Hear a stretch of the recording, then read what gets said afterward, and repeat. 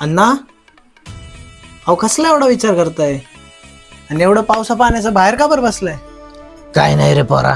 अरे हा पाऊस बघ, कधी पडतच नाही आणि पडलं तरी असं. इतका पाऊस पडलाय की सगळ्या पिकामध्ये पाणीच पाणी, सगळं पीक वाहून गेलं. अरे त्या गोरगरीब शेतकऱ्याचं काय झालं असेल याचा विचार करून मन शांत बसू देत नाही. हो अण्णा, खरं आहे बरं का तुमचं. अहो मी पण सकाळपासून ह्याच विचारात आहे. आधी कधी असं झालंय का हो?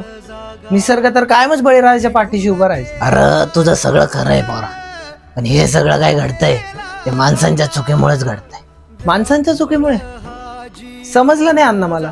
अरे झाडं तोडली, प्रदूषण वाढवलं, नद्यांमध्ये घाण कचरा टाकला, मग हे सगळं तर होणारच. अरे निसर्ग